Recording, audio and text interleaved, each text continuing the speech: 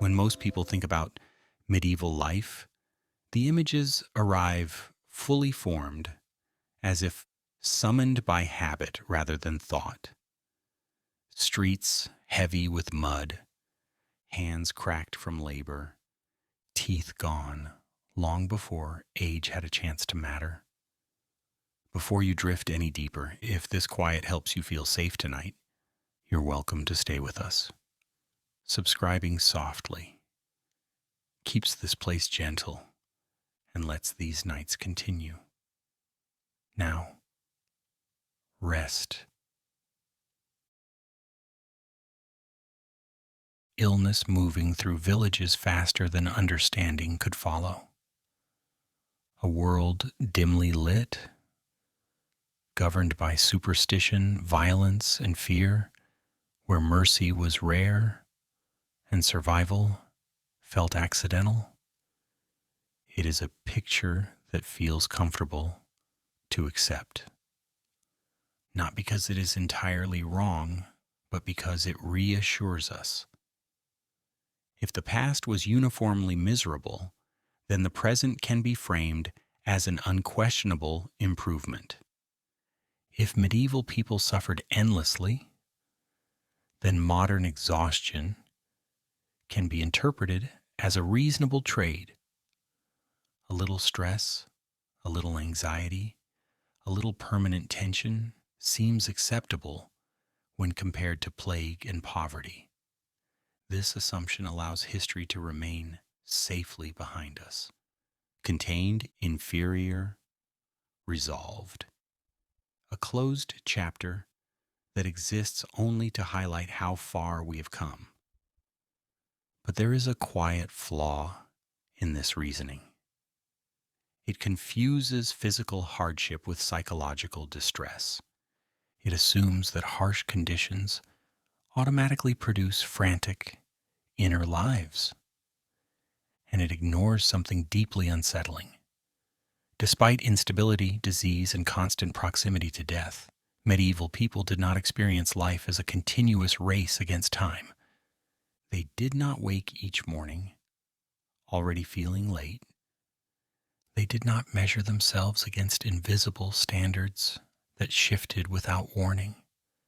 They did not experience every pause as failure or every quiet moment as wasted potential. Time for them did not feel like something that was constantly slipping away, demanding to be captured before it vanished. This is not to suggest that medieval life was gentle. It was not. Bodies wore down early. Pain was common. Death was present enough to feel familiar rather than shocking. Security, when it existed at all, was fragile and temporary. But suffering does not automatically generate anxiety. In fact, anxiety thrives best not in environments of hardship, but in environments of limitless expectation. It grows where improvement is always possible and therefore never complete, where identity must be constantly negotiated, where time is treated not as a rhythm to move within, but as a resource to extract until nothing remains. Medieval society was harsh, but it was also bounded. Life had edges that could not be negotiated away. Days ended when light disappeared. Darkness was not resisted or extended artificially. Seasons imposed limits that no amount of effort could override. Winter could not be hurried. Summer could not be slowed. Roles were defined early and changed slowly. Expectations were finite. Meaning was not constructed through constant self-reinvention, but embedded in repetition, ritual, and endurance. People did not wake each day asking who they were meant to become. They woke asking what needed to be done before night returned. This structure did not eliminate suffering. but it did contain it. Life's difficulties existed within a framework that acknowledged limitation rather than denying it. When failure occurred, it was not automatically interpreted as a personal flaw. Often it was simply life behaving as expected. This history is not offered as nostalgia. It is not an argument that the medieval world was better, kinder, or more just. It was often none of those things. It is instead an observation that something fundamental in how humans relate to time, rest, community, and themselves has quietly shifted. Modern life promises control, choice, and improvement without end. And in doing so, it removes the boundaries that once protected the mind from constant self-surveillance. When everything can be optimized, nothing is ever allowed to be enough. Once this shift becomes visible, it is difficult to ignore. Not because it demands a return to the past, but because it forces an uncomfortable question about the present. Whether progress has solved certain problems, or merely replaced them with a form of restlessness subtle enough to feel normal, and it is from within that quiet restlessness that tonight's history begins. Time was not a resource, it was a rhythm. In the medieval world, time was not something a person possessed. It did not belong to the individual waiting to be managed, optimized, or squeezed for efficiency. Time existed outside personal ambition. It moved according to forces that could not be negotiated with.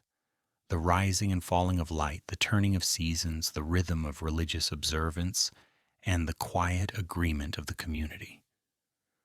Life did not unfold according to personal schedules. It followed a shared tempo, one that no single person had the authority to accelerate. One of the most overlooked features of medieval life is how frequently work came to a complete stop. Not gradually, not reluctantly. It simply ceased. The calendar demanded it. Feast days arrived and were obeyed. Saints' days interrupted routines. Holy observances layered themselves across the year. Seasonal celebrations appeared with dependable regularity, some tied to harvests, others to miracles, others to events whose original meanings had faded into tradition. What mattered was not clarity, but compliance. When the calendar declared rest, rest occurred. Fields were left alone. Tools were set aside.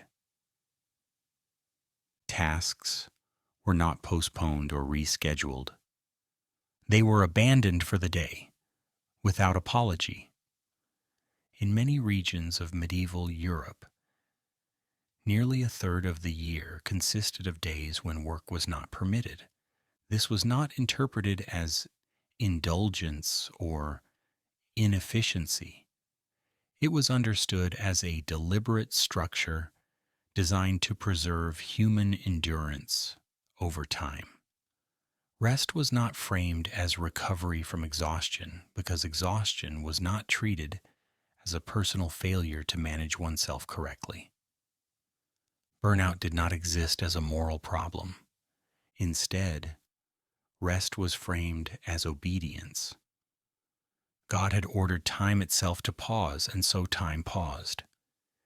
This distinction shaped the inner lives of people more than any technological limitation ever could. When rest is personal, it becomes something that must be earned. It invites negotiation, justification, and guilt. When rest is collective and mandatory, it becomes quiet. No one wondered whether they were falling behind. No one worried that someone else might be using the pause more efficiently. No one measured their worth against unseen standards while they rested. Everyone stopped together. And because of that, stopping carried no shame.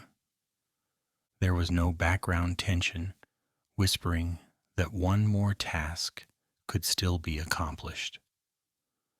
No pressure to transform rest into preparation for future productivity. No expectation that relaxation must serve a higher purpose in order to be allowed. The decision had already been made by something larger than the individual. This created a form of mental stillness that is difficult for modern minds to imagine. The internal debate simply did not exist. The question of whether one deserved rest never needed to be asked. When work never fully stops, rest becomes uneasy.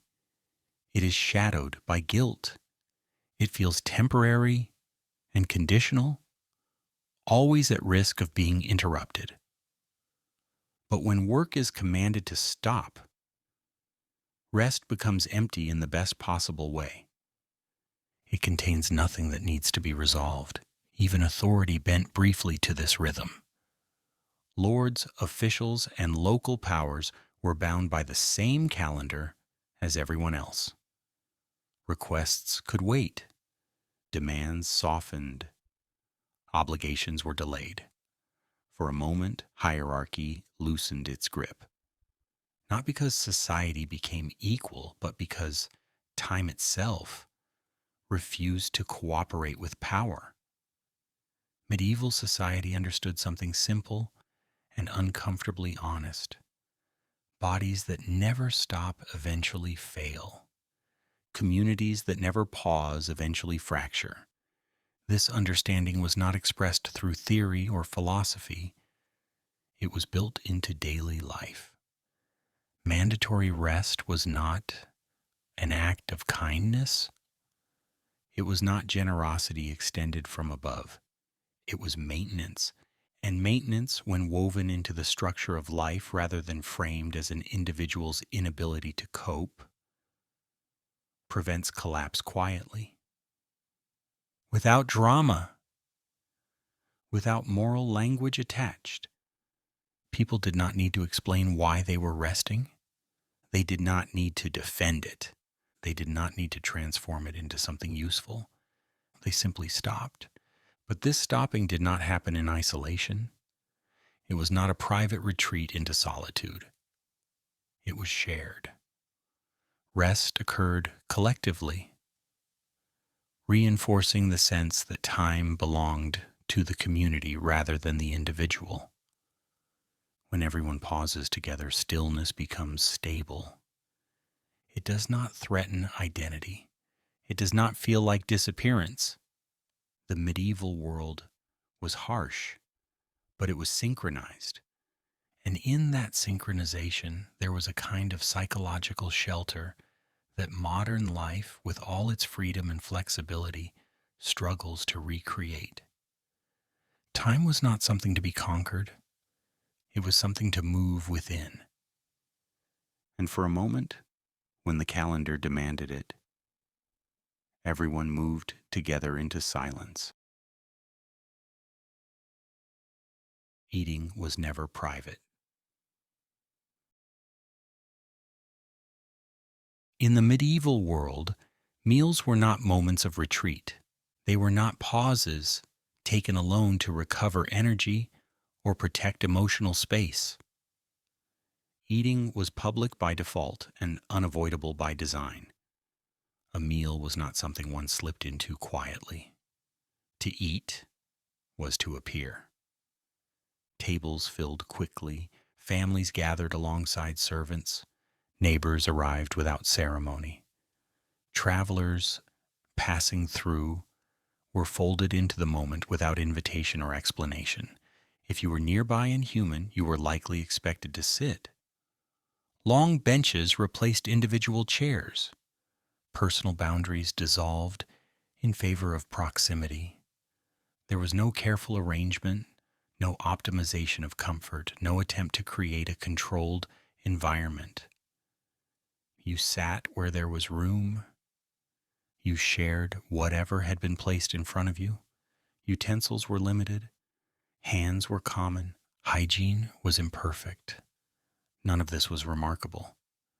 Food moved freely across the table. Bread passed from one person to another.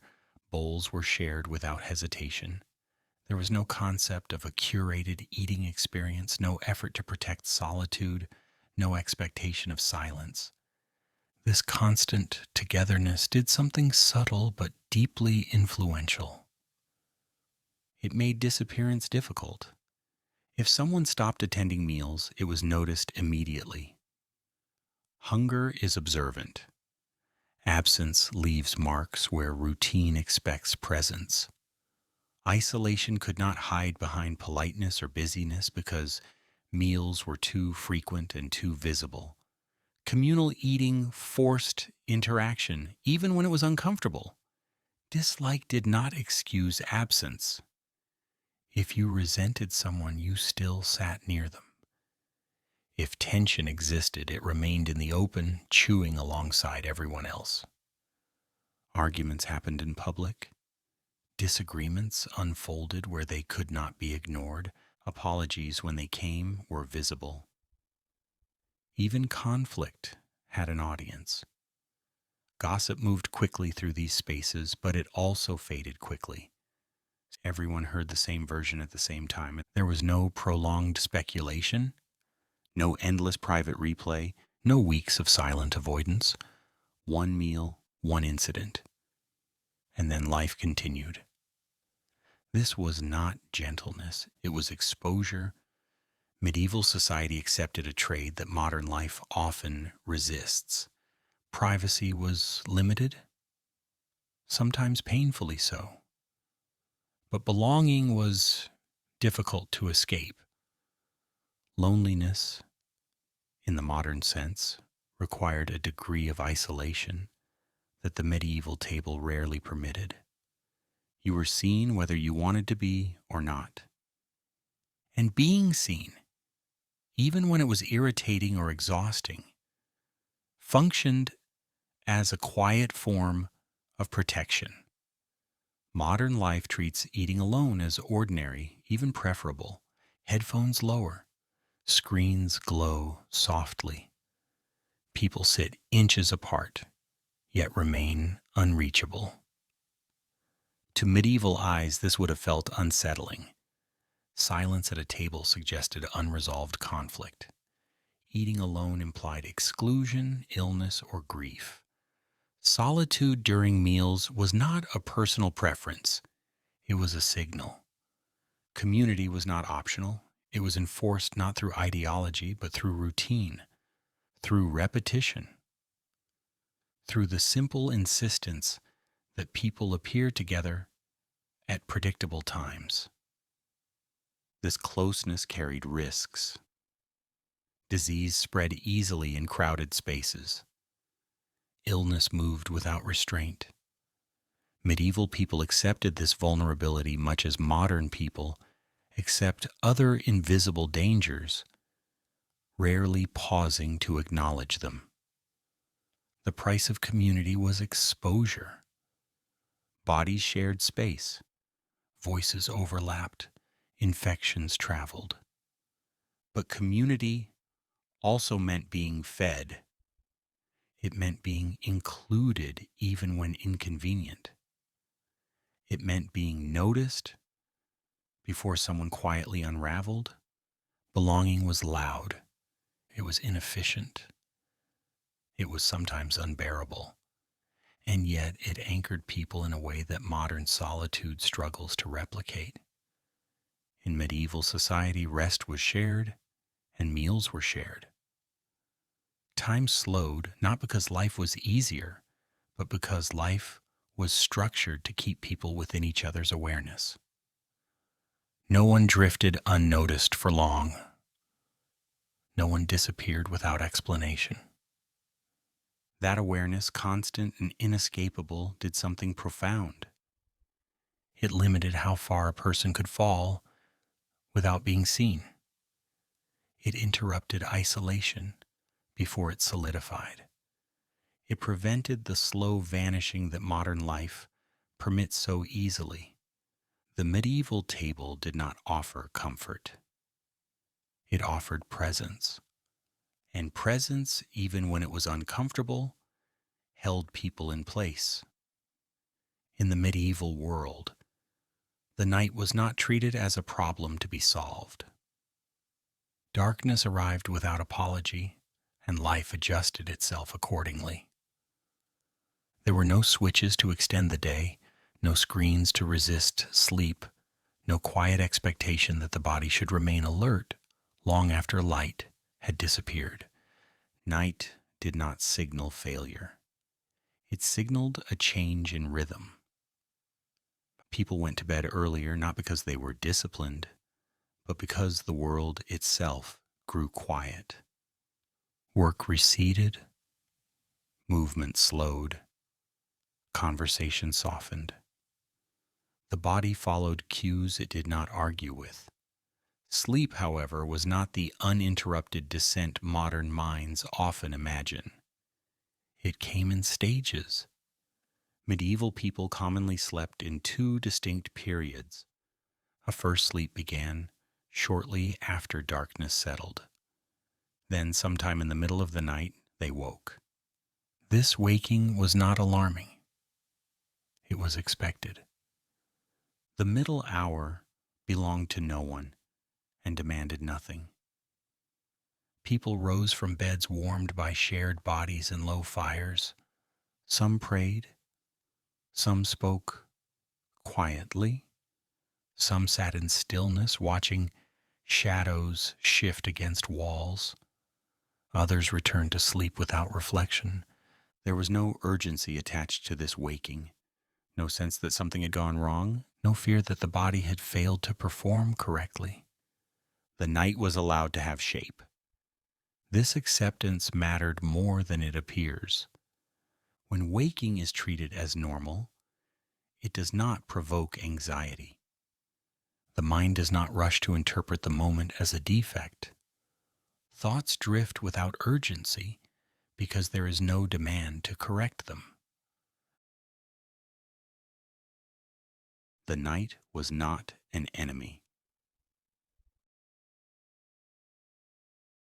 In the medieval world, there was no concept of insomnia as a condition that required intervention. There was simply night unfolding in phases. Darkness was not viewed as empty time to be filled. It was a container. People did not lie awake calculating the cost of lost rest. They did not rehearse the coming day or measure themselves against future obligations. There was no clock glowing insistently beside the bed, no reminder that each passing minute represented failure. Time at night did not belong to productivity. It belonged to stillness. Modern life has inverted this relationship. Night is now treated as a threat to efficiency, something to be minimized or controlled. Sleep must be optimized. Waking must be eliminated. Every interruption becomes a problem demanding explanation. When the body resists this demand, anxiety fills the space. But medieval society did not frame the body as an obstacle to be corrected. It was a participant in the rhythm of the world. The absence of artificial light reinforced this understanding. Candles were costly. Fires were tended carefully. Illumination was limited and deliberate. Darkness, therefore, was not constantly pushed back. It was allowed to exist. With fewer visual distractions, the mind softened. There was less information to process, fewer stimuli demanding interpretation. Thoughts did not accelerate endlessly because nothing around them encouraged speed. The night did not invite activity. It invited presence. This does not mean medieval nights were peaceful in the modern sense. They could be cold, they could be dangerous. Sounds carried farther in the dark. Animals moved unseen. Fear was real, but fear was situational, not abstract. It had an object. It did not linger without cause. Modern anxiety, by contrast, often has no clear source. It emerges from constant anticipation rather than immediate threat. The mind searches for danger even when none is present. The medieval night offered fewer opportunities for this kind of anticipation. Tomorrow existed, but it did not intrude aggressively. Plans were limited by weather, season, and daylight. There was only so much that could be imagined. When people returned to sleep for a second time, it was not a forced act. It happened naturally when stillness deepened again. The second sleep carried them toward morning, not abruptly, but gradually. Light returned slowly. The day announced itself. Waking in the morning did not feel like an interruption of rest. It felt like a continuation of a cycle already in motion. This pattern shaped how people related to their own thoughts. Silence was familiar. Stillness was not interpreted as emptiness. Moments without stimulation did not need to be justified. Modern life has replaced this relationship with the night entirely. Darkness is now filled with artificial light. Silence is avoided. Stillness is treated as a problem. When people wake in the middle of the night today, the experience is rarely neutral. It is immediately evaluated. Something must be wrong. Sleep has failed. Thoughts accelerate because the mind has been trained to treat interruption as danger. Anxiety follows naturally. Medieval people did not experience night this way. Their expectations were different. Their relationship to time was less demanding. The night did not exist to be conquered. It existed to be moved through. And in moving through it slowly, without resistance, the mind was given permission to drift rather than race. The medieval world accepted that not every moment needed purpose. Not every waking needed explanation. Not every pause required correction. The night, with its interruptions and quiet intervals, was simply part of life's rhythm. And within that rhythm, the mind found a kind of rest that modern life struggles to recreate, not because it is impossible, but because it has been forgotten how to allow it. Shame that ends, correction without permanent destruction. In the medieval world, shame existed openly. It was not subtle, not gentle, and not easily avoided, but it was also not endless. Mistakes did not disappear into silence. They were brought forward, named, and addressed in public view. A person who violated expectations did not retreat into privacy to unravel alone. They were confronted where everyone could see. This confrontation was uncomfortable by design. Medieval society did not attempt to protect individuals from embarrassment. It believed embarrassment served a purpose, but the purpose was correction, not erasure. When someone broke a norm, the response was immediate and visible. Ridicule, mockery, or public disapproval followed quickly. Songs were sung, stories were told. Laughter carried the message more efficiently than punishment ever could. This exposure was not kind. It was often harsh. It stung deeply, and then it stopped. Shame in medieval society had a boundary. It arrived quickly and left quickly. It did not trail behind a person indefinitely. It did not accumulate silently over time. Once the message had been delivered, the community moved on.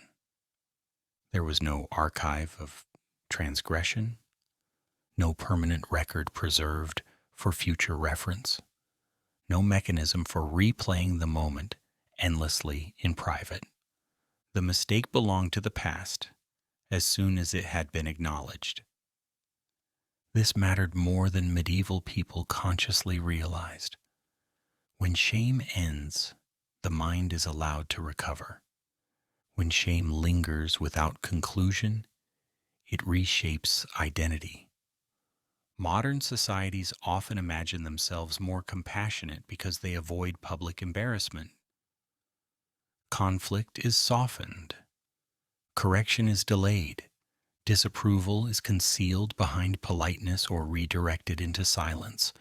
But silence does not dissolve shame. It stretches it. When mistakes are not addressed openly, they remain unresolved internally. The individual replays the moment alone, imagining judgment without ever receiving closure. The mind becomes both accuser and audience. Medieval society avoided this internalization by externalizing correction. The community delivered the judgment quickly, clearly, and visibly. The individual did not need to invent it. Once correction occurred, reintegration followed. This reintegration was not ceremonial, it was practical. After a period of exposure, the person returned to daily life. They ate at the same tables. They worked beside the same people. They were not permanently marked. Forgiveness was not framed as emotional absolution. It was structural. Life continued because it had to. The medieval world did not have the luxury of prolonged exclusion. Communities were small. Labor was shared. Survival depended on cooperation. Removing someone entirely was costly. Keeping them marginal was inefficient. Correction aimed to restore function, not to purify morality. This created a strange balance. Shame was sharp but brief. It hurt intensely, but it did not last. Modern shame behaves differently. It is often quiet, invisible, and continuous. Mistakes follow people through records, memories, and digital traces. They are replayed internally long after the community has stopped paying attention. The modern mind is rarely allowed closure. Medieval people experienced humiliation, but they were rarely left alone with it. The community witnessed the moment, absorbed it, and moved on. There was also a shared understanding that everyone would eventually stand exposed. No one was immune. The expectation of eventual embarrassment softened its power. This did not make medieval society just. Power still protected some and targeted others. Shame was not distributed evenly, but the structure itself acknowledged a fundamental truth. People fail, and failure, if it is to be corrected, must not become permanent identity. Punishment that extends beyond its function becomes destructive. Medieval communities understood this intuitively, even if imperfectly. They did not confuse a mistake with a person's essence. Modern life, despite its language of compassion, often does. When shame becomes endless, it reshapes behavior. People become cautious not because they are ethical, but because they are afraid of being permanently marked. Risk disappears, honesty shrinks, silence expands. Medieval society accepted noise, it accepted conflict, it accepted visible failure. Public correction, for all its cruelty, allowed life to continue without hidden fractures. Everyone knew where they stood. The end of shame was as important as its beginning. Without an ending, correction becomes control. Without an ending, exposure becomes surveillance. Without an ending, the mind never rests. Medieval shame had an ending because it was tied to time, not memory. It belonged to a moment, not an archive. The day passed, the meal ended, work resumed, and with it the opportunity to exist again without explanation. This rhythm shaped how medieval people understood themselves. Identity was stable not because it was protected, but because it was not constantly renegotiated. One mistake did not redefine a life. Modern identity, by contrast, often feels fragile because it is always being evaluated. There is no final judgment, only ongoing assessment. Medieval life was brutal, but it was decisive. Correction happened, consequences followed, then life continued. This decisiveness limited how deeply shame could burrow into the mind. It prevented the endless internal monologues that modern life produces so effortlessly. The person did not need to imagine how they were perceived. They were told. And once told, they were free to move forward. This freedom did not come from kindness. It came from necessity. Communities that lingered on past failures would collapse under their own weight. Survival required resolution. Shame in this context was a tool, a rough one, but one designed to restore equilibrium rather than destroy cohesion. Modern society often believes it has eliminated shame. In reality, it has made shame invisible and infinite. Medieval society believed shame was unavoidable, so it contained it. And in containing it, it prevented the slow erosion of the self that occurs when judgment never ends. The medieval world did not protect feelings, but it protected continuity. It allowed people to remain part of the whole, even after they had failed publicly. And in doing so, it preserved something that modern life, for all its sensitivity, often struggles to offer: an ending. You did not have to explain who you were. Clothing, status, and the absence of identity anxiety. In the medieval world, identity was not something a person constructed each morning. It did not require explanation. It did not ask to be displayed, defended, or continually updated. Who you were was largely visible before you spoke. Clothing, posture, tools, and accent placed you within a structure that did not shift quickly: wool or linen, leather or silk, bare feet or polished shoes. Each detail carried information, not as a statement of individuality, but as a signal of position within a shared order. This was not freedom, but it was clarity. Medieval societies enforced strict expectations around dress. Laws governed who could wear certain colors, fabrics, or decorations. Gold thread, belonged to some and not others. Silk was restricted, jewels were regulated. These rules were not subtle and they were not kind. They existed to preserve hierarchy.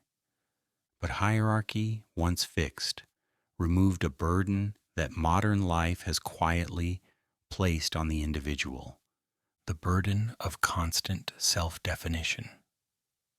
In the medieval world, clothing did not ask a question. It answered one. There was no daily decision about how to present oneself, to be taken seriously, admired, or understood.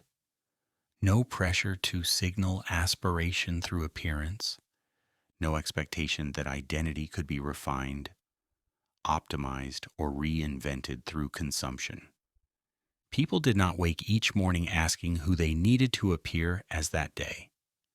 They woke knowing roughly who they were allowed to be. This certainty did not create happiness, but it created stability.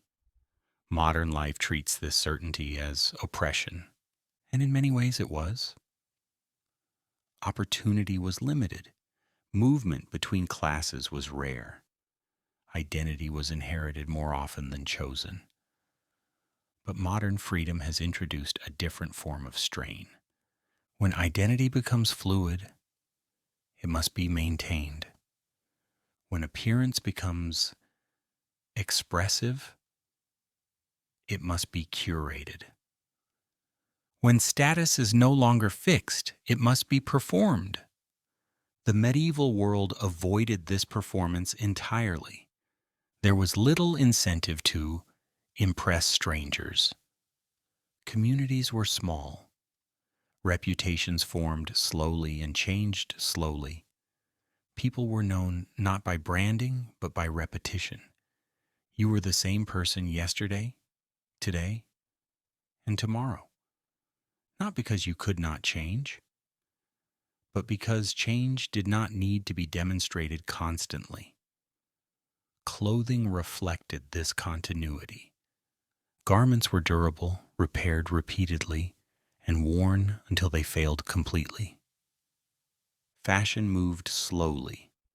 Trends did not shift with seasons or markets.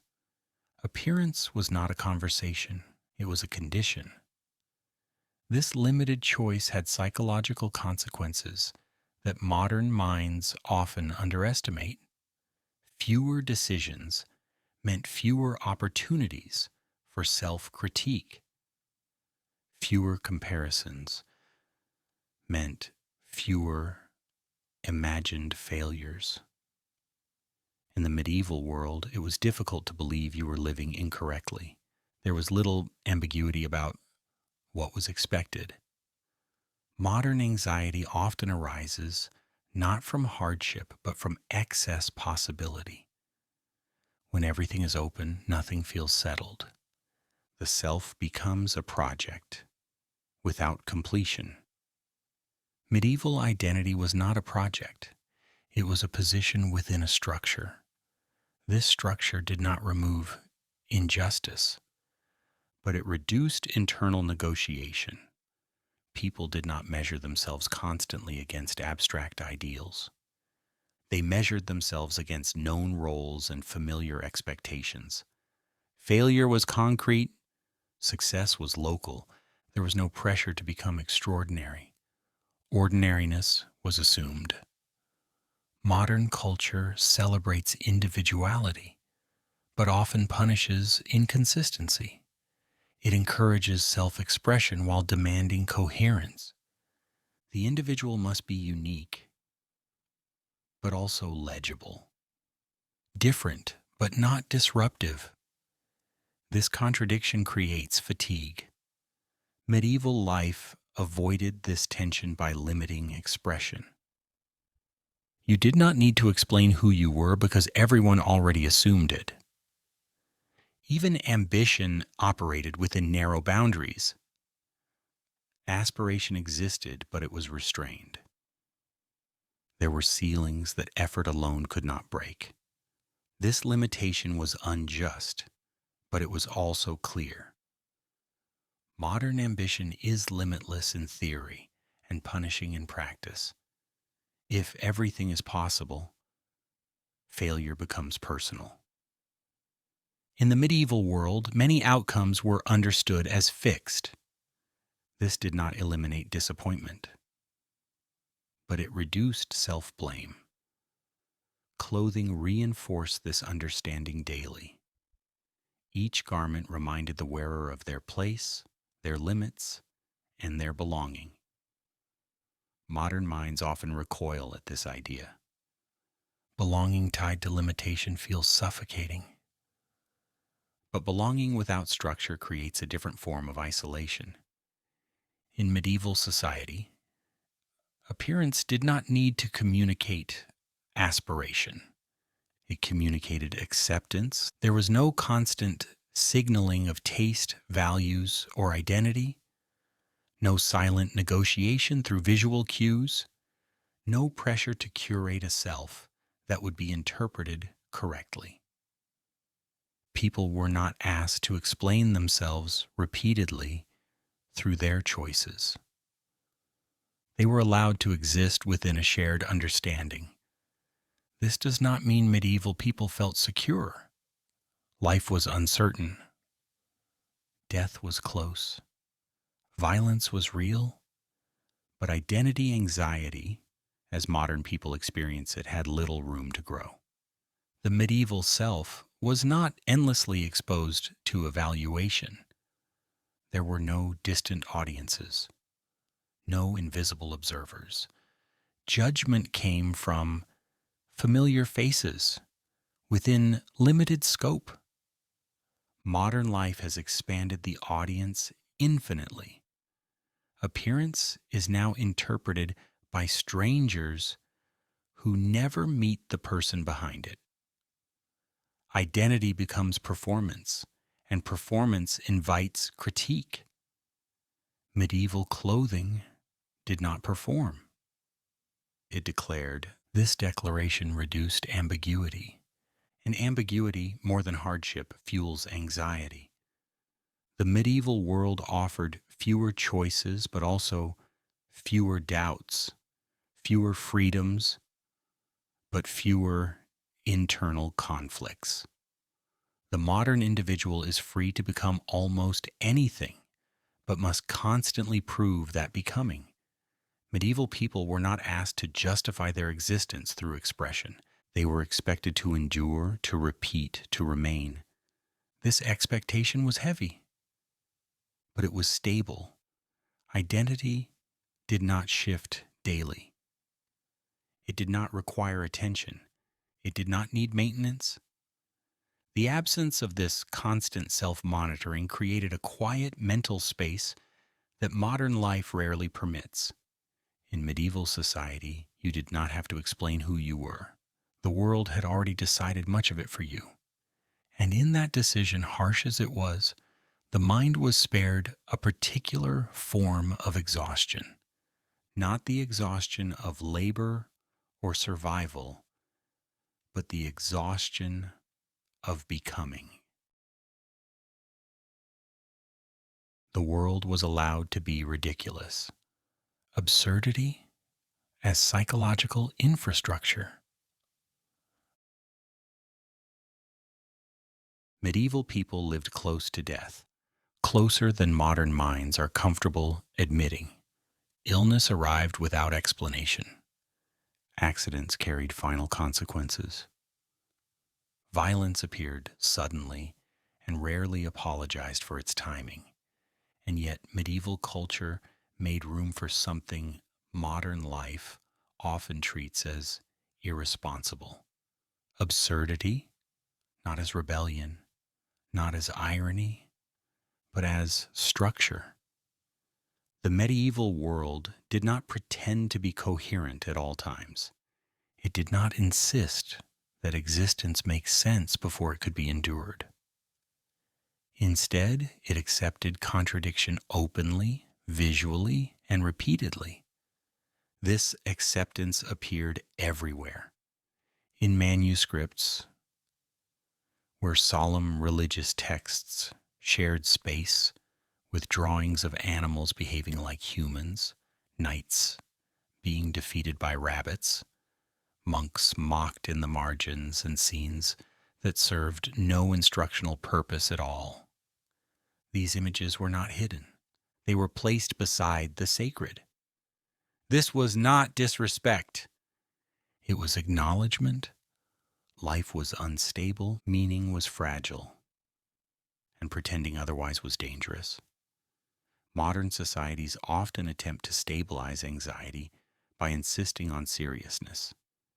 Everything must be justified, explained, optimized, presented as intentional. Medieval societies took a different approach. They allowed nonsense to exist without apology. Absurdity functioned as a pressure release, not an escape. When reality is harsh, laughter does not deny it. It creates distance. Medieval humor was rarely gentle. It was crude, physical, sometimes cruel, but it was communal, visible, and finite. People laughed at authority openly. They laughed at death. They laughed at bodily failure. They laughed at themselves. This laughter did not signal comfort. It signaled endurance. Festivals amplified this logic. On certain days, order loosened deliberately. Roles reversed. Fools were crowned. Priests were mocked. Peasants caricatured nobles. Rules bent until they nearly broke. These moments were not accidents. They were scheduled. Medieval societies understood something modern culture struggles to accept. Order that never bends eventually shatters. By ritualizing chaos, they prevented uncontrolled collapse. For a brief period, the hierarchy dissolved, just enough to remind everyone that it was human, not divine. Authority became visible as performance rather than inevitability. This did not overthrow power, it stabilized it. Modern societies often suppress ridicule in the name of respect or unleash it endlessly through anonymous systems that never conclude. Medieval ridicule was bounded. It had an audience, it had a time limit, and when it ended, it ended. Absurdity also appeared in language and storytelling. Medieval tales often wandered. They contradicted themselves. They mixed moral instruction with nonsense. This was not poor craftsmanship. It reflected a worldview that did not demand consistency at all costs. Modern narratives insist on coherence, clear arcs, clean resolutions, lessons that justify suffering retroactively. Medieval stories often refused this clarity. They accepted that not everything resolves, and that unresolved tension is survivable. This mattered psychologically. When a culture insists that life must make sense, failure becomes unbearable. When a culture accepts absurdity, disappointment becomes manageable. Medieval people did not expect the world to be reasonable. They expected it to be unpredictable. That expectation softened shock. When tragedy arrived, it was devastating, but not incomprehensible. The world had never promised fairness. Modern life, by contrast, constantly promises control. Technology suggests mastery. Systems imply predictability. Language frames optimization as obligation. When reality breaks through these promises, the resulting anxiety is sharper. Medieval culture avoided this by refusing to pretend control existed universally. Even religion made room for absurdity. Sacred rituals existed alongside carnivals. Prayer shared space with parody. The holy and the ridiculous were not enemies, they were neighbors. This coexistence prevented spiritual life from becoming brittle. Faith did not require constant solemnity to survive. Modern systems often collapse under the weight of their own seriousness. Every statement becomes a declaration. Every mistake becomes evidence. Every deviation demands explanation. Medieval absurdity provided relief from this weight. It allowed people to experience contradiction without crisis. You could believe deeply and laugh loudly. You could suffer intensely and still mock fate. You could acknowledge death without letting it dominate every thought. Absurdity functioned as emotional insulation, not denial. Distance. This distance mattered because medieval life offered little privacy. Suffering was visible. Grief was communal. Fear was shared. Without moments of levity, that constant exposure would have crushed people. Absurdity did not solve pain. It made pain survivable. Modern culture often treats humor as optional entertainment. Medieval culture treated it as infrastructure. It was not a break from life. It was part of how life functioned. The world was not required to justify itself before being endured. Meaning was allowed to flicker rather than remain stable. This acceptance reduced internal pressure. People did not spend energy demanding coherence from existence. They adapted to its unpredictability instead. Modern anxiety often emerges from unmet expectations. When the world fails to behave as promised, distress intensifies. Medieval expectations were lower, not in ambition, but in certainty. Life was expected to be difficult. Authority was expected to fail. Bodies were expected to break.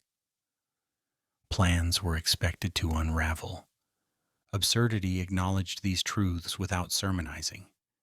It created emotional flexibility. In modern life, seriousness is often mistaken for depth.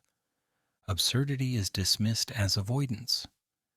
But medieval societies understood that depth without flexibility becomes rigidity. And rigidity breaks. By laughing at the world's instability, medieval people reduced its power to terrify them completely. This does not mean they were happy. It means they were durable. Durability is quieter than happiness, less visible, but more reliable. Absurdity allowed medieval people to carry contradictions without resolving them, to live inside uncertainty without constantly trying to fix it.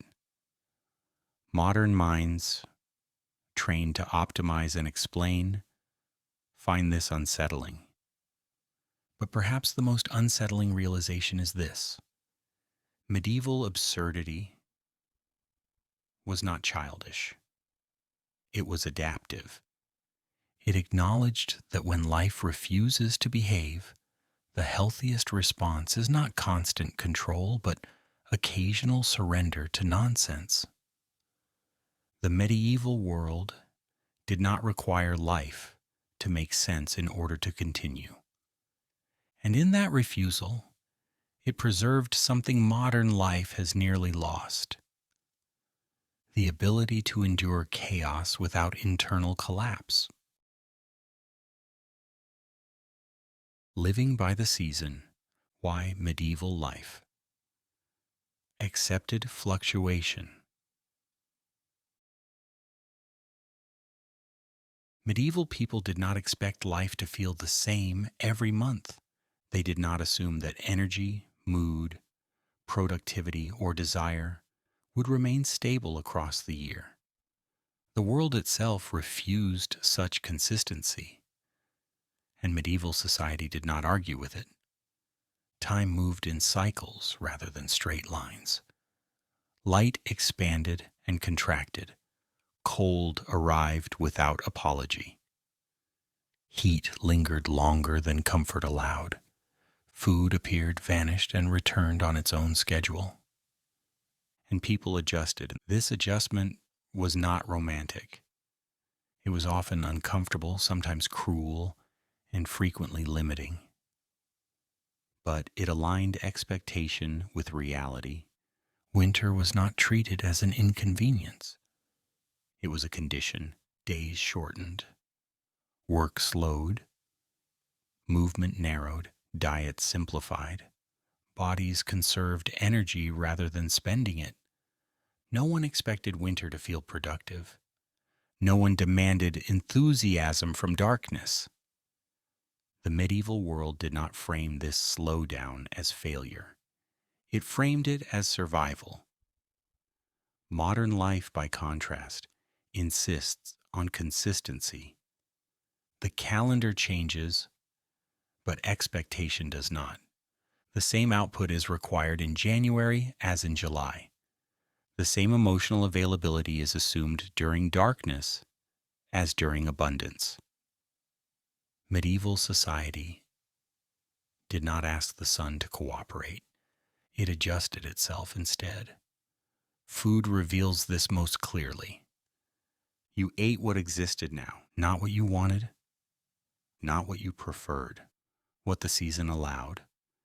Certain foods mattered because they were rare, not because they were branded or optimized, but because they returned slowly and briefly. Anticipation replaced entitlement.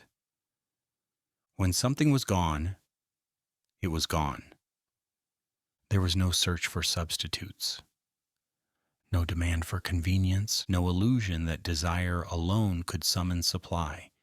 This created a quiet psychological effect. Disappointment had limits. Modern abundance creates constant low-grade dissatisfaction. Everything is available, but rarely satisfying. Choice multiplies comparison. Comparison multiplies restlessness.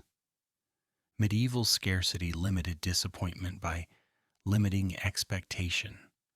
Seasonal living extended beyond food. It shaped labor. Spring brought urgency. Summer demanded endurance. Autumn required precision. Winter allowed pause. Work was intense but episodic. There were bursts of effort followed by long intervals of waiting. Waiting was not considered wasted time. It was the job. You could not rush crops by staring at them harder. You could not negotiate with weather. You waited, repaired tools, told stories, rested bodies that would soon be needed again. Modern life treats waiting as inefficiency. Idle time becomes guilt. Stillness becomes anxiety. Medieval people understood that some processes cannot be accelerated without breaking them. This acceptance shaped emotional life as well. Sadness in winter was not medicalized. Fatigue was not pathologized. Low energy was not interpreted as personal failure. It was understood as seasonal. People did not expect themselves to feel inspired year-round. They did not attempt to optimize mood continuously. Emotional fluctuation was expected, not resisted. Modern culture often treats emotional stability as a moral obligation. Happiness becomes responsibility. Energy becomes virtue.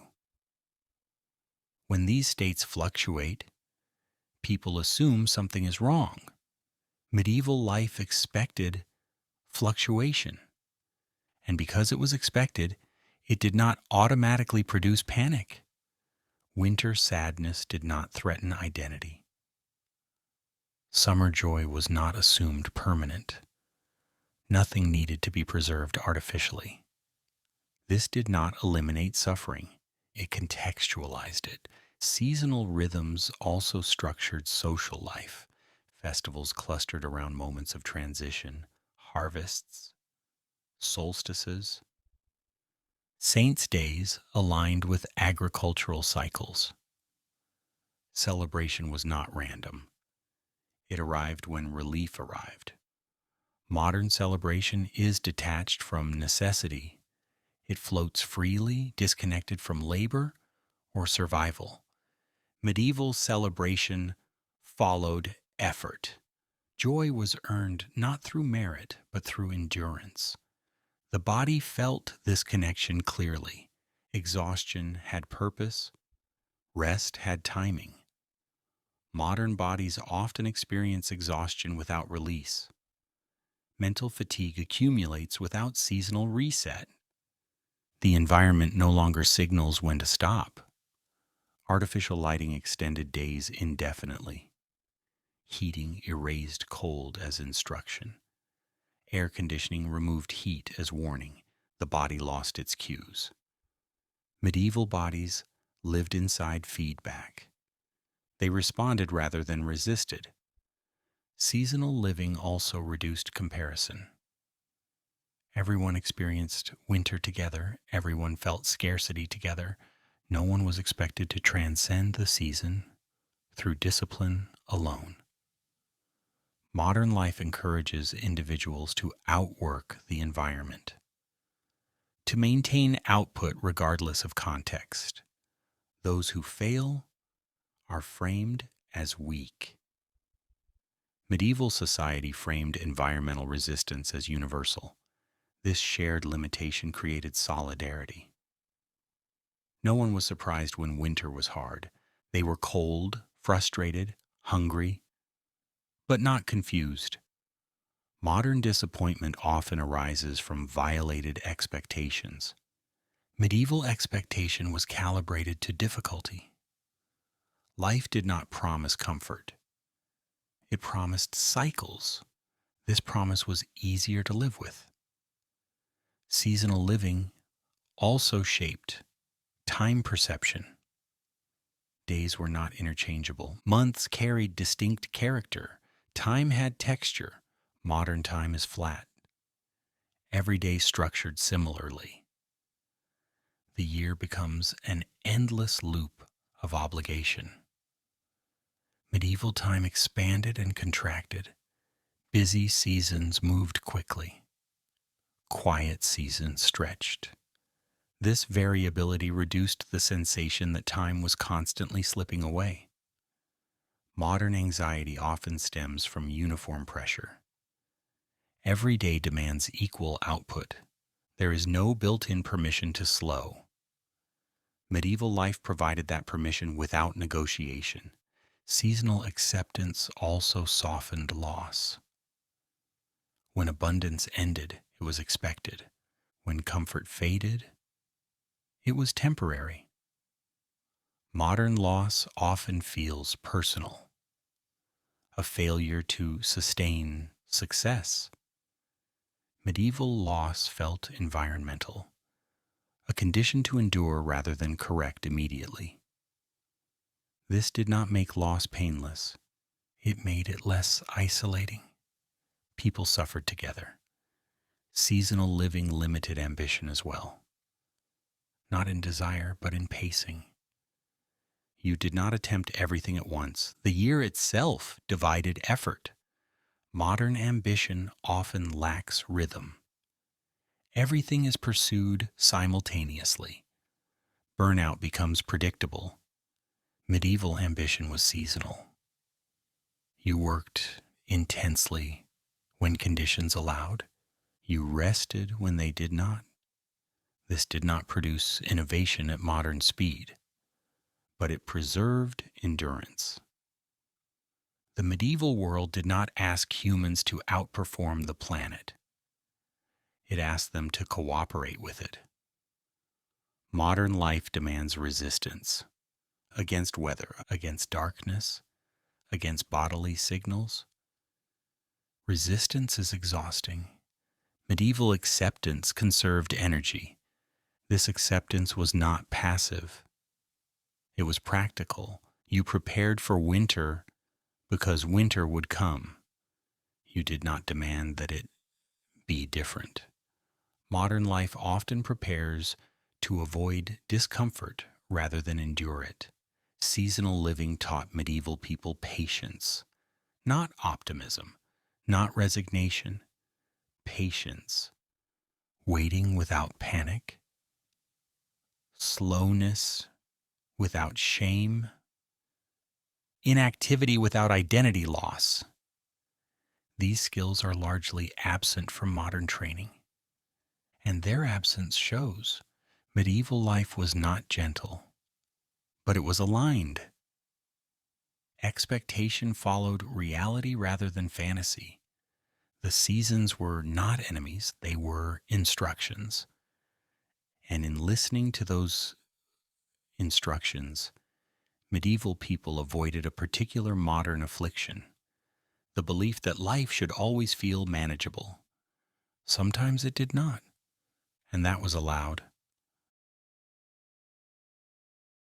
The permission to do nothing, idleness without guilt. In the medieval world, there were long stretches of time when nothing happened.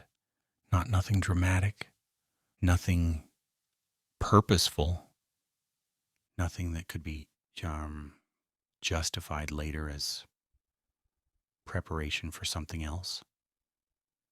People sat. They leaned against walls. They stood at the edges of fields, watching clouds drift without translating that moment into meaning. They stared into firelight without naming the activity, and no one asked what they were doing. This absence of explanation mattered more than modern minds realize. Idleness in medieval life was not framed as recovery. It was not a pause before productivity resumed. It was not rest with a future goal attached. It simply existed. Agricultural labor created this rhythm naturally. There were moments of intense effort, followed by periods where waiting was unavoidable. Seeds were planted, fields were tended, and then the land decided the pace. You could not rush growth. You could not negotiate with weather. Between action and outcome, there was time that could not be filled with effort. So people did not try. Waiting became part of life rather than a problem to solve. Modern culture treats waiting as inefficiency. Stillness becomes suspicious. Inactivity demands justification. Medieval society did not share this anxiety. If you were not needed at that moment, you were allowed to exist without explanation. This permission removed a quiet, psychological wait. Modern minds are trained to interpret idleness as failure. Time not optimized becomes time wasted. Presence without output feels illegitimate. Medieval people did not internalize this belief. They did not measure worth by constant motion. They measured worth by participation in a cycle that included stillness. Idleness was visible. It happened in public. Villagers gathered without agenda. Conversations wandered. Silences lasted. No one rushed to fill gaps. Boredom was not considered an emergency. Modern life fears boredom intensely. Devices exist to eliminate it. Stimulation fills every pause. Silence becomes uncomfortable quickly. Medieval boredom had a function. It allowed the mind to drift without pressure. Stories emerged from it. Songs took shape slowly. Ideas appeared not through intention, but through absence of demand. Many medieval tales, jokes, and folk narratives grew from people killing time together with nothing else to do. Modern creativity often struggles because boredom has been eradicated. The mind is never left alone long enough to wander. Idleness also reduced self-surveillance. When no one expected you to be productive constantly, you did not monitor yourself relentlessly. There was no internal manager evaluating output every hour. Modern exhaustion often comes not from work itself, but from the constant evaluation of work. Medieval people worked hard, often brutally hard, but when work ended, it ended. There was no bleed. Rest did not carry guilt, because guilt requires an internalized standard that has been violated. In medieval life, that standard did not exist universally. People were not expected to maximize every moment. Time belonged to the community, the land, the season, not the individual. This external ownership of time created psychological relief. When responsibility is shared with forces larger than the self carries less blame. Idleness was not interpreted as laziness. It was interpreted as waiting. Waiting did not threaten identity. Modern life often ties identity to activity. When activity stops, identity trembles. Medieval identity was stable enough to survive stillness. People did not fear becoming irrelevant because relevance was not constantly renegotiated. The village did not forget you because you sat quietly for an afternoon. Modern society has perfected the art of disappearing in plain sight. Surrounded by people, connected digitally, yet unnoticed. Medieval idleness was social. You were idle with others, even silence was shared. This reduced isolation. Modern idleness is often solitary, and solitude without structure easily becomes loneliness. Medieval communities enforced presence gently. You could be idle, but you were rarely invisible. This mattered in moments of strain. If someone sat too long without eating, someone noticed. If someone withdrew too deeply, intervention arrived unannounced. Idleness existed inside awareness. Modern life allows withdrawal without friction. People can vanish quietly. Medieval idleness prevented that. It did not solve suffering. It made suffering visible before it became catastrophic. There was also no market for idleness. Rest was not monetized. Stillness was not branded. No one sold relaxation back to people who were already allowed to stop. Modern life often turns rest into performance. Vacations become projects. Relaxation becomes content. Stillness must be justified through wellness language. Medieval people did not optimize rest. They simply stopped. This simplicity reduced anxiety.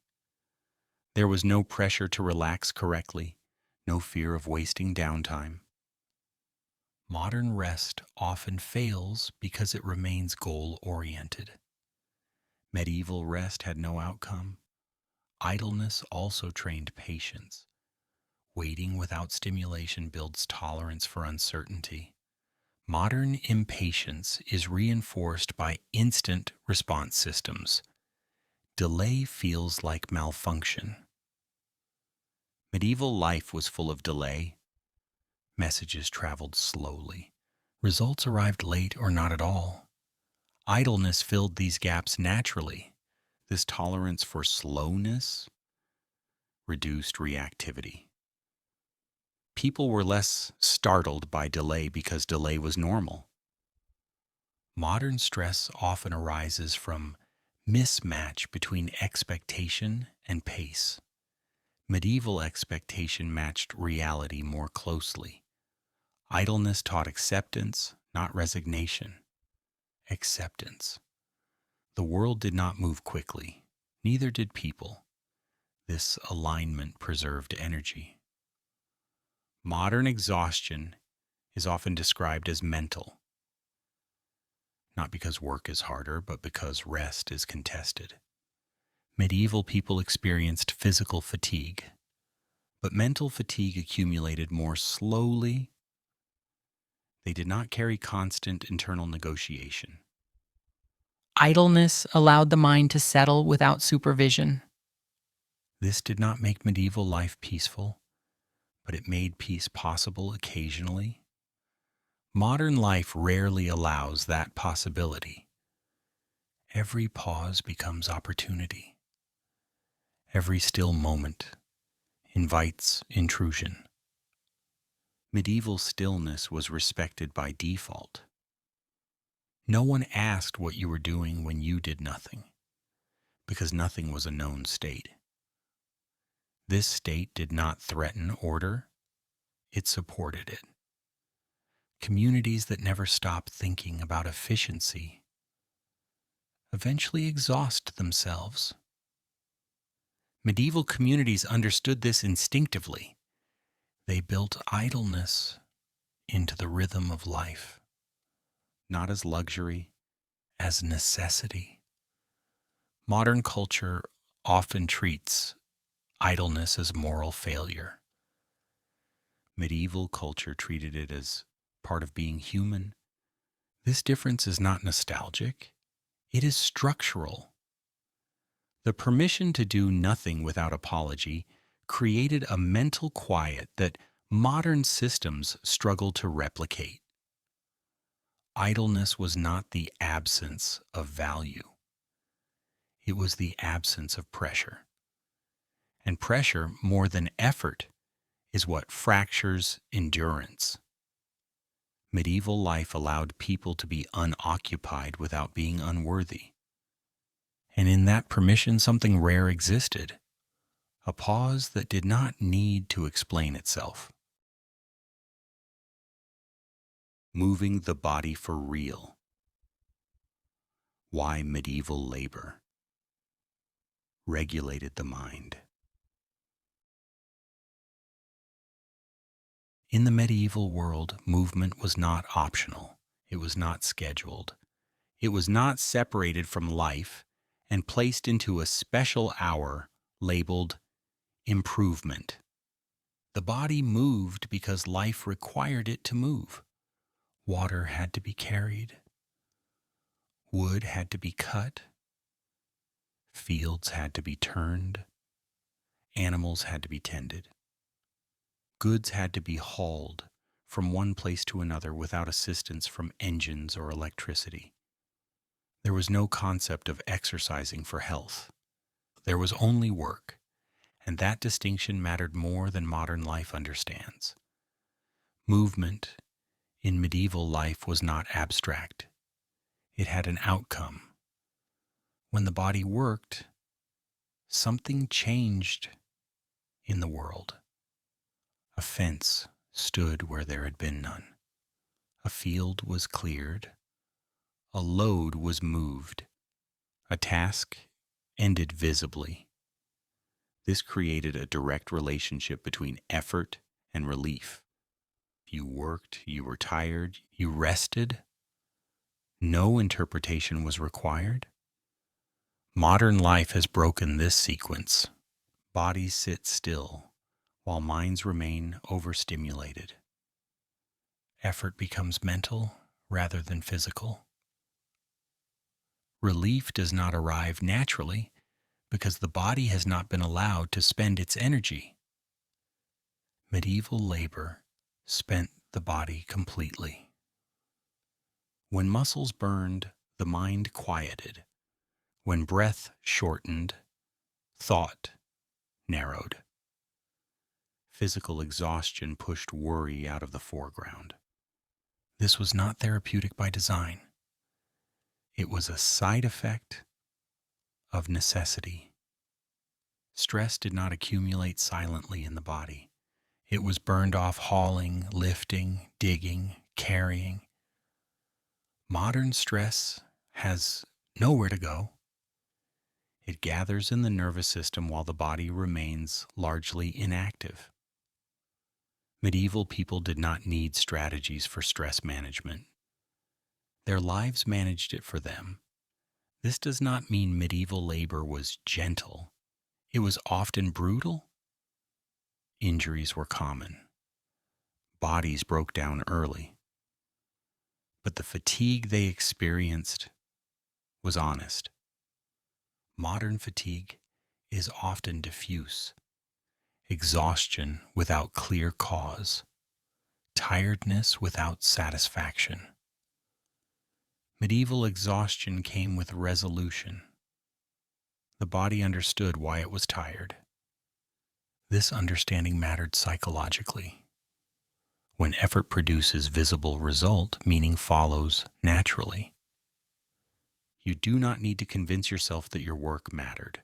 Modern labor often produces outcomes that are abstract, delayed, or invisible. Emails vanish. Tasks repeat endlessly.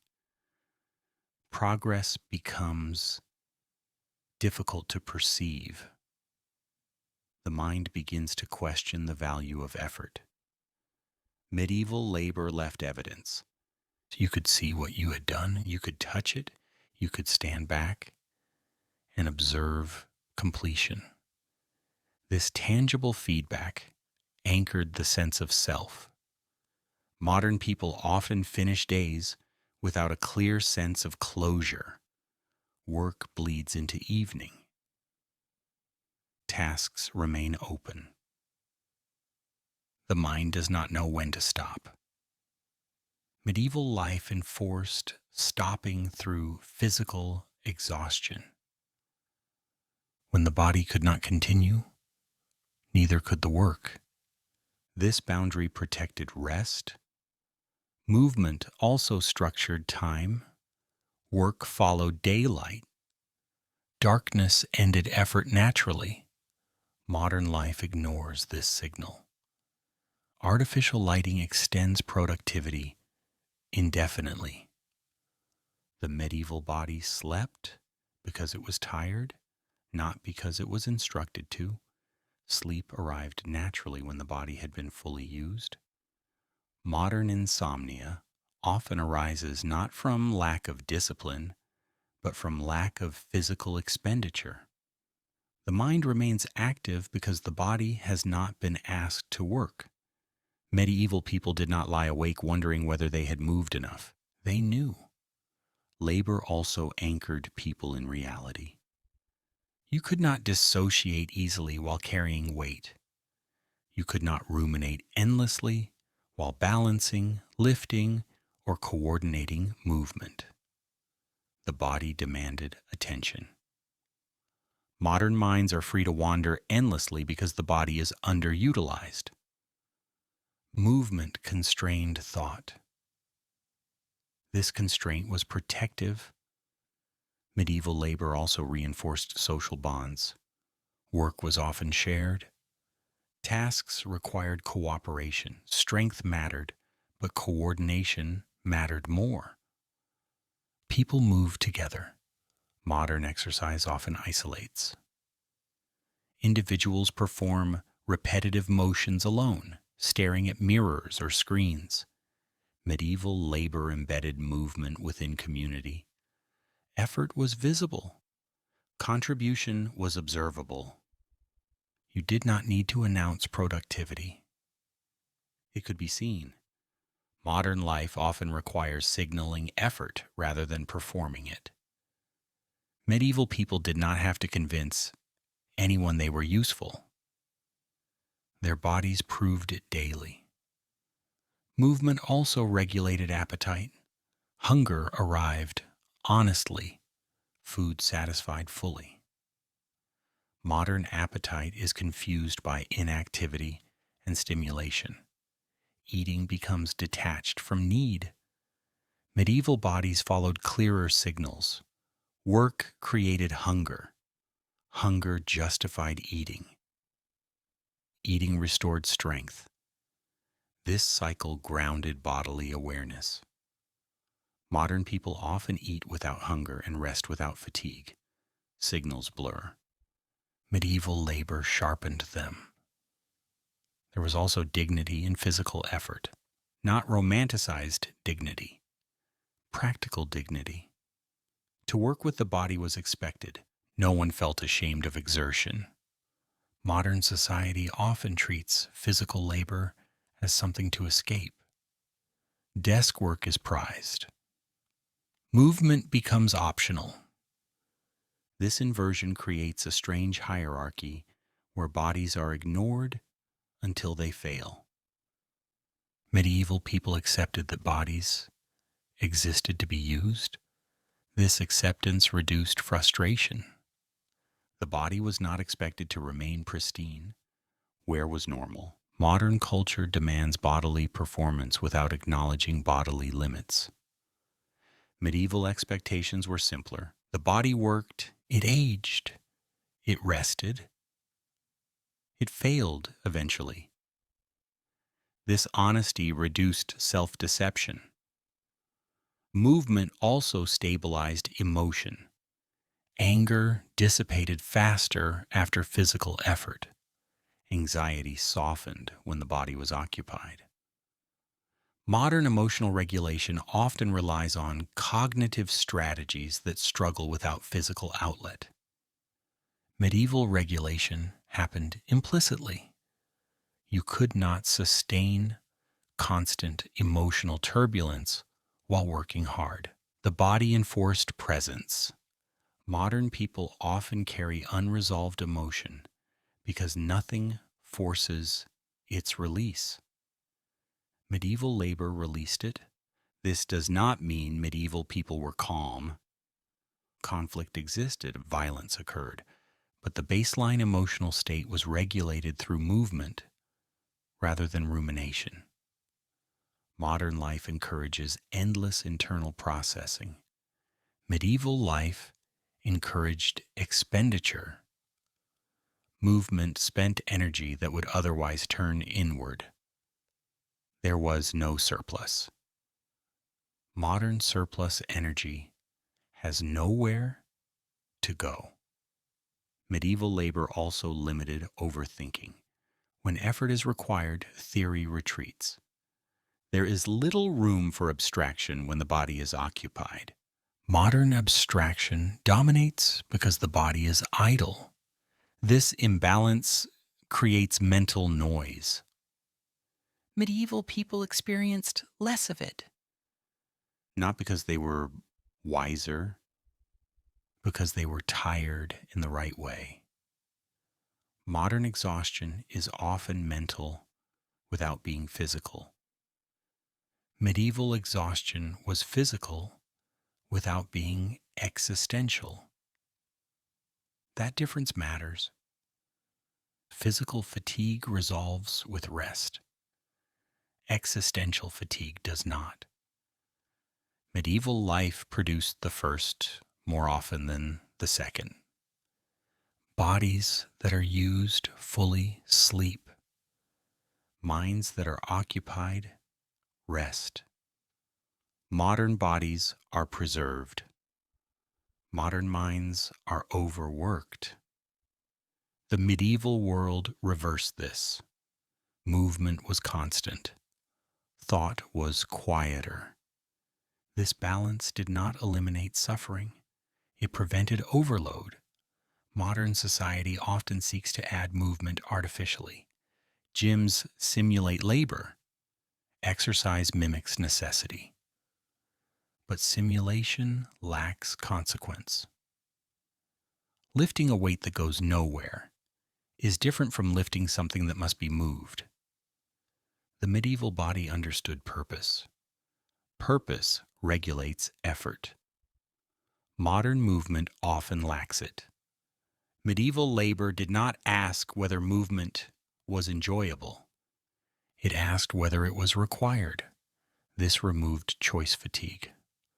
Modern people negotiate with themselves constantly. Medieval people did not. They moved because life demanded it. And in meeting that demand, the body quietly regulated the mind. Not through insight, through exhaustion, not through intention, through necessity. The medieval world did not separate mental health from physical effort. It assumed their connection. Modern life has forgotten this connection, and in forgetting it, has created a form of fatigue medieval people rarely experienced. Tired without relief, busy without movement, restless without reason. Medieval labor was not efficient. It was not kind, but it aligned the body and mind in a way modern systems struggle to recreate.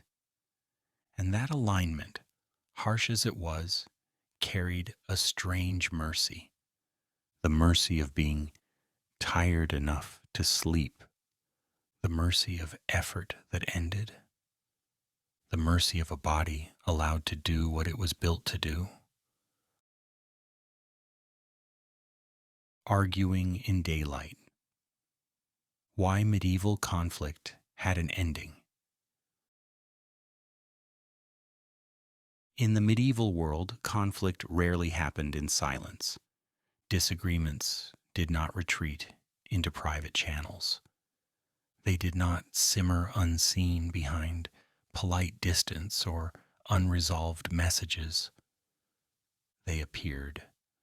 Arguments unfolded in taverns, marketplaces, churchyards, village squares, places where voices carried, places where witnesses gathered naturally, places where words once spoken could not be retrieved or revised. This visibility mattered.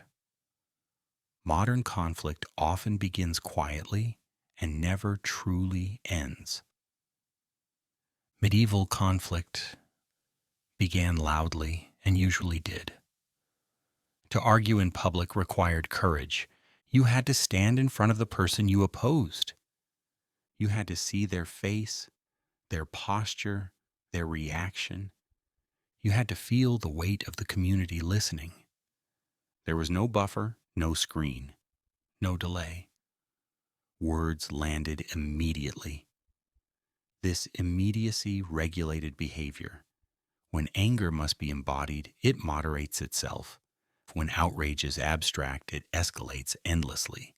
Medieval arguments were emotional, often theatrical. Voices rose, gestures sharpened.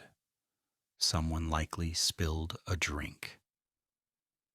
But once the exchange concluded, it concluded. There was no archive, no record preserved indefinitely, no replay, no chance to reinterpret tone days later. What was said existed in memory alone, and memory faded. This impermanence was not a flaw. It was a boundary. Modern conflict exists inside systems that never forget. Messages persist. Screenshots circulate. Statements resurface years later, detached from context. Medieval disagreement ended when the crowd dispersed. The argument had a beginning, a middle, and an end. This structure allowed resolution, not harmony, resolution. You could still dislike someone, but the conflict did not follow you home endlessly. Public argument also created accountability. You could not curate your position carefully after the fact. You could not soften your words once they were heard. If you said something foolish, the reaction was immediate. Laughter corrected excess. Silence restrained cruelty. Collective judgment arrived without delay. This feedback was uncomfortable but efficient. Modern platforms remove this friction. Cruelty can be delivered without consequence. Excess is rewarded with attention. Medieval conflict demanded presence. Presence filtered cruelty. You thought twice before humiliating someone publicly because tomorrow it could be you standing there. This mutual vulnerability restrained escalation. Power dynamics were also visible. A noble yelling at a peasant looked different in front of witnesses. Abuse had an audience. This did not eliminate injustice, but it limited invisibility. Modern abuse often occurs unseen, dispersed across private channels. Medieval life made behavior legible. Arguments were social events. They were processed collectively. The village decided where the line had been crossed. No algorithm interpreted tone. No distant authority mediated outrage. Judgment was local. This locality mattered. People cared about the opinions of those they would see again. Strangers did not dominate emotional attention. Modern conflict often involves invisible audiences who never meet the people involved. That distance removes restraint. Medieval disputes also exhausted themselves physically. Raising your voice takes energy. Standing your ground requires presence. Once spent, emotion subsides. Modern conflict requires little energy. A message can be sent endlessly without fatigue. Anger sustains itself. Medieval anger burned fast and cooled. This did not mean medieval society was peaceful. Fights occurred. Violence existed. But conflict moved toward conclusion rather than continuation. After arguments ended, life resumed. People drank. They worked. They encountered each other again. Avoidance was difficult in small communities. This forced adaptation. Modern avoidance is effortless. You can disappear while remaining present digitally. Medieval life denied this escape.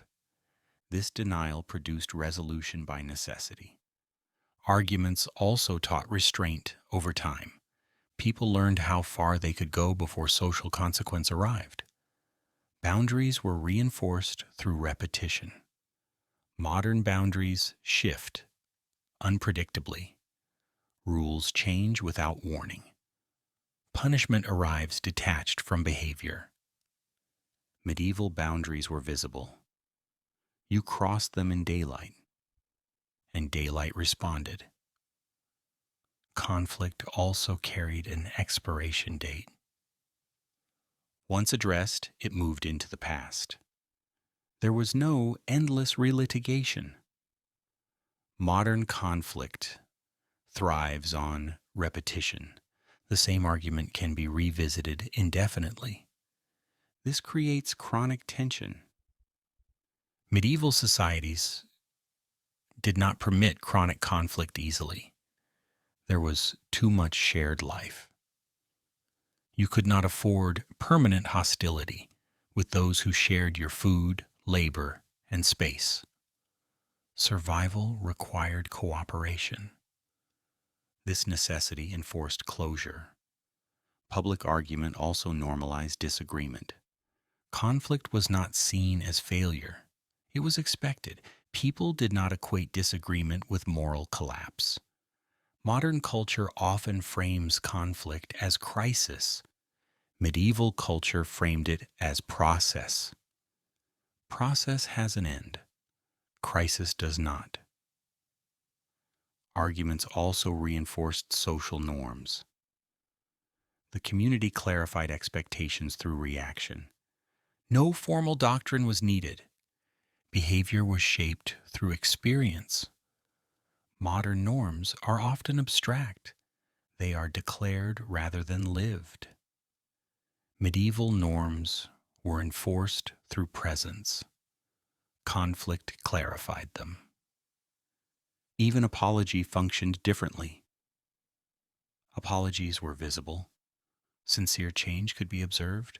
Redemption was possible because behavior was monitored over time. Modern apologies exist as statements. Behavior is often secondary. Medieval redemption was embodied. You changed, and people saw it. This made forgiveness functional.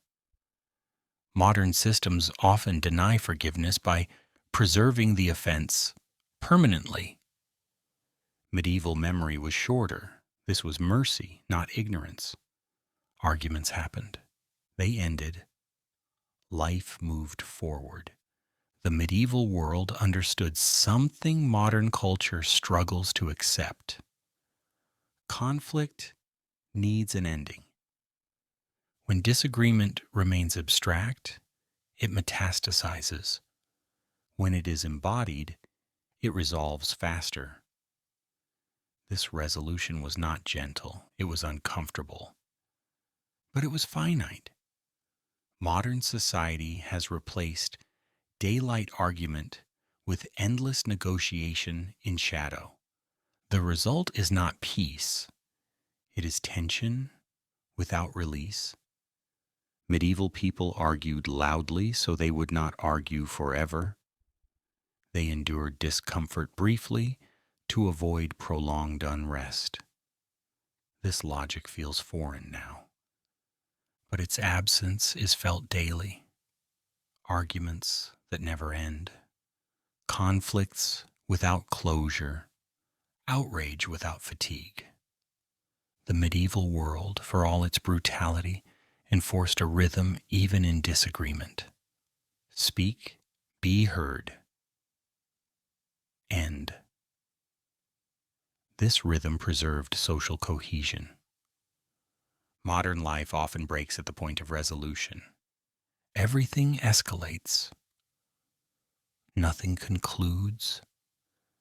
And perhaps the most unsettling lesson medieval conflict offers is this: peace is not the absence of disagreement. It is the presence of an ending. Everyone was seen. The cost and protection of total visibility. In the medieval world, privacy existed mostly as an idea. In practice, life unfolded in close quarters with thin walls, shared spaces, and routines that made disappearance difficult. Villages functioned like small rooms with no doors. If you were thriving, people noticed. If you were struggling, people noticed. If you attempted to quietly fall apart, the community usually intervened before you finished the thought. This constant visibility carried a cost. Judgment was immediate. Gossip traveled efficiently. Reputation followed you closely. But it also carried protection. Modern life offers privacy as a default and connection as an option. Medieval life reversed this arrangement. Connection was unavoidable. Privacy had to be negotiated, earned, or taken briefly at the edges of daily life. This reversal shaped mental endurance in ways that modern minds often underestimate. In medieval society, personal decline rarely went unseen for long. Hunger announced itself. Illness altered appearance quickly. Absence disrupted routines. If someone stopped attending meals, people noticed immediately. If someone did not appear for work, questions followed. If someone withdrew into silence, curiosity arrived at the door. This was not always gentle. Neighbors entered homes uninvited. Advice was offered without request. Opinions were delivered with confidence. Medieval people paid for belonging with autonomy, but that belonging created safety nets that modern systems struggle to replicate. Loneliness, as a prolonged internal state, had few places to hide. Modern loneliness often thrives in invisibility. People can vanish quietly while remaining physically present in crowds. Medieval life did not permit this form of disappearance easily. Everyone knew too much, and that knowledge, intrusive as it was, prevented certain kinds of collapse. If someone was grieving, the village showed up, not with carefully worded messages, but with presence. Food appeared. Labor was redistributed temporarily. Advice arrived whether wanted or not. Grief did not become private pathology. It was shared burden. Modern grief often unfolds in isolation. Support is offered politely and withdrawn quickly. Medieval support was persistent. This persistence could feel suffocating, but it ensured continuity. Medieval communities operated on shared consequence. If one person failed, the group felt it. If a harvest suffered, everyone adjusted. If illness spread, everyone adapted behavior. This interdependence created responsibility that was immediate and local. You helped not because it was virtuous. You helped because survival depended on it. Modern systems outsource care to institutions. Responsibility diffuses. In medieval life, responsibility was unavoidable. Visibility enforced it. There was no assumption that someone else would handle things. No distant authority to absorb consequence. When something went wrong, the village responded. This response was imperfect, sometimes harsh, sometimes misguided, but it was present. Modern care systems often operate at scale. Medieval care operated at proximity. Proximity intensifies emotion. It also intensifies accountability. You could not ignore suffering when it was visible daily. You could not scroll past hunger. Modern suffering often becomes abstract.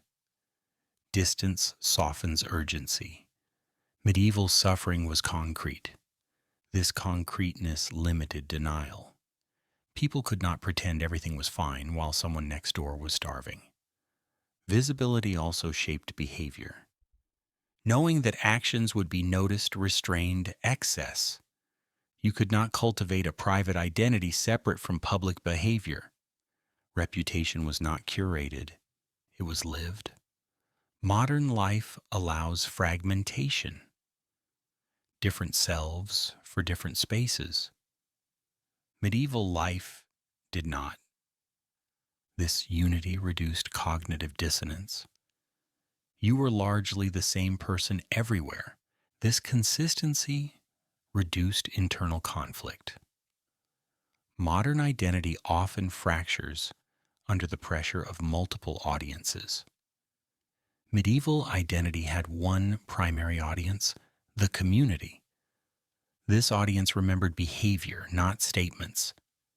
Change had to be demonstrated repeatedly to be believed. Redemption was possible, but visible. You could not announce transformation. You had to live it. Modern redemption often occurs through declarations. Behavior may follow or may not. Medieval redemption unfolded slowly. Visibility also meant that neglect was harder. Children were observed by many adults. Elders were noticed when they struggled. No one slipped entirely out of view. Modern neglect often hides behind privacy. Medieval neglect required effort.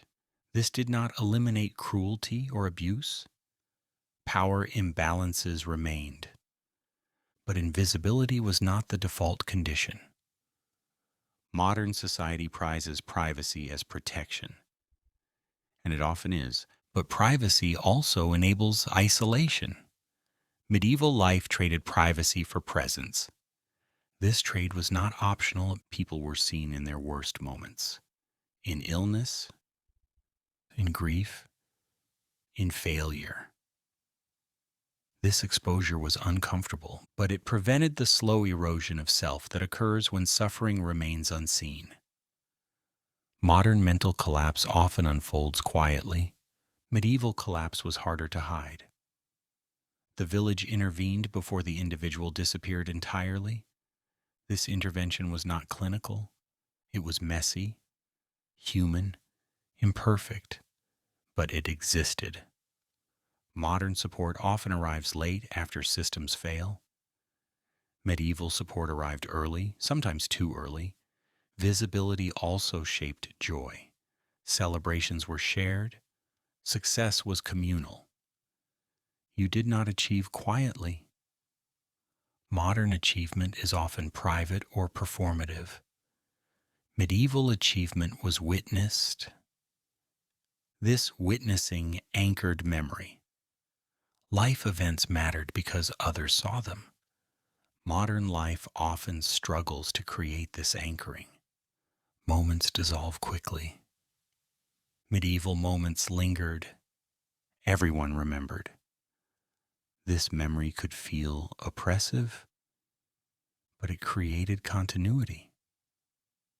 You belong to a story larger than yourself. Modern life offers autonomy at the cost of narrative continuity. Medieval life offered narrative continuity at the cost of autonomy. Neither is ideal.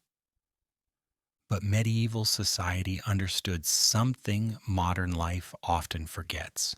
Humans are not meant to be invisible to one another. Being seen constantly is exhausting. Being unseen constantly is worse. The medieval world chose visibility, and in doing so, it prevented a particular modern tragedy: the quiet disappearance of people surrounded by others. Medieval people could not vanish without effort. Someone would knock, someone would ask, someone would notice. This noticing was not compassion in the modern sense. It was responsibility, responsibility enforced by proximity.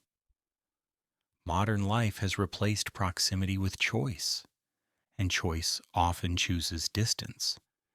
Medieval society enforced togetherness, even when it was inconvenient. This enforcement created friction. It also created safety. The cost of total visibility was judgment, intrusion, and loss of privacy.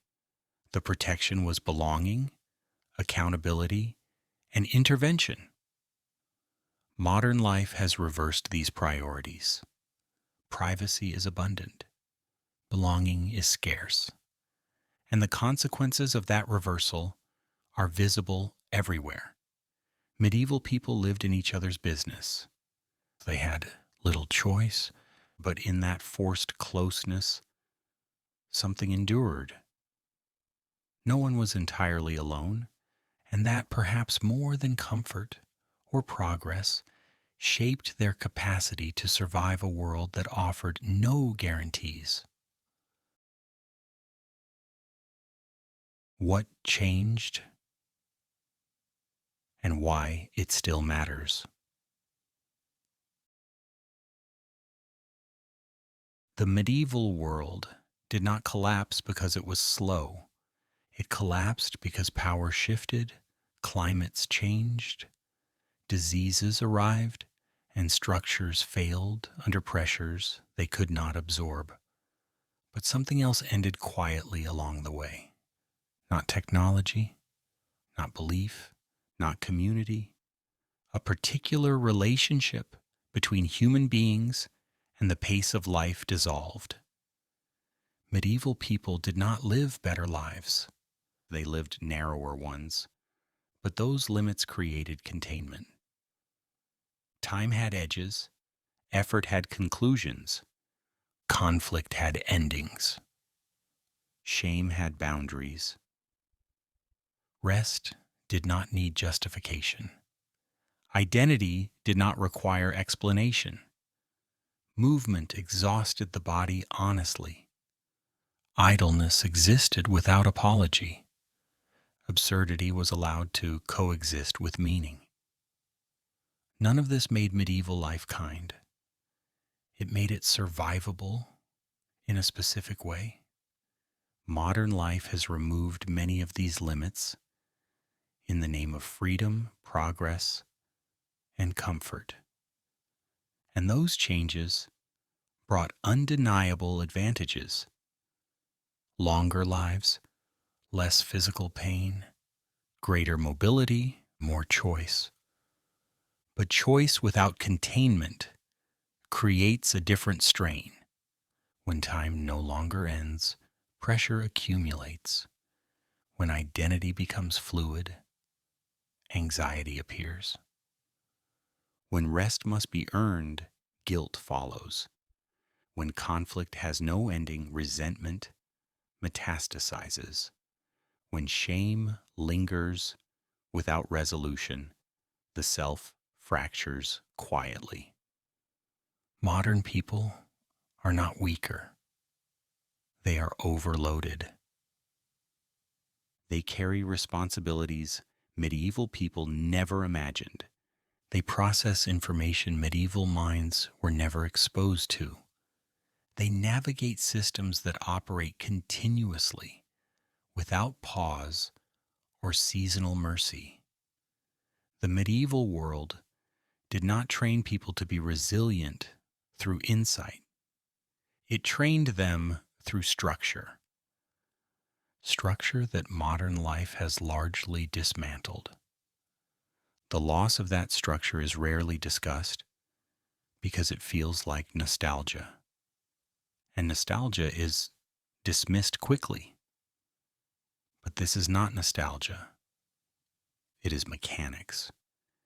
Human nervous systems evolved for rhythms, not acceleration, for cycles, not endless escalation, for visible effort followed by visible rest. The medieval world aligned life with those constraints because it had no alternative. Modern life offers alternatives, and in doing so, has quietly removed the brakes. People now live inside systems that never sleep. Markets operate continuously. Information never stops arriving. Work bleeds across boundaries. Identity is constantly renegotiated. Visibility is selective rather than shared. And so the mind never fully settles. Medieval people suffered physically in ways modern people rarely do, but their suffering often had an end point. Modern suffering is quieter, more internal, less visible, and therefore harder to resolve. This does not mean the medieval world should be recreated. It cannot be, and it should not be. But understanding what was lost matters, not because the past was better, but because it reveals what the human system expects: rhythm, containment, closure. Without these, even comfort becomes exhausting. The medieval world enforced limits externally. Modern life asks individuals to enforce them internally. That shift places an enormous burden on the self. You must decide when to stop, when to rest, when enough is enough, when conflict ends, when shame no longer applies, when identity is stable. These decisions never end. Medieval life answered them structurally, not gently, but clearly. And clarity reduces anxiety more effectively than comfort ever could. The unsettling realization is not that medieval people were calmer. It is that modern anxiety is not accidental. It is a predictable response to life without containment. When everything is possible, nothing feels finished. When boundaries dissolve, pressure spreads inward. The medieval world accepted that humans are finite. Modern life resists this acceptance at every level. It promises optimization instead of rest, growth instead of rhythm, choice instead of structure, and in doing so asks the nervous system to operate beyond its design. This is why modern exhaustion feels different, not heavier, just endless. Medieval exhaustion resolved because it was allowed to. Work ended. Daylight disappeared. The body slept. Modern exhaustion often has no conclusion. There is always more to do, more to process, more to become. The medieval world did not ask people to become, it asked them to endure. Endurance is not romantic, but it is stabilizing. Modern culture often misunderstands endurance as passivity. It is not. It is alignment with reality rather than resistance to it. Medieval people did not expect life to improve continuously. They expected it to fluctuate. This expectation softened disappointment. Modern life promises improvement, and every failure to improve becomes personal. The medieval world promised nothing, and in that refusal, it spared people a particular kind of despair. This history is unsettling, not because it idealizes the past, but because it exposes the present. It reveals that many modern struggles are not individual failures. They are structural consequences. People are tired not because they are weak, but because the systems they inhabit do not stop.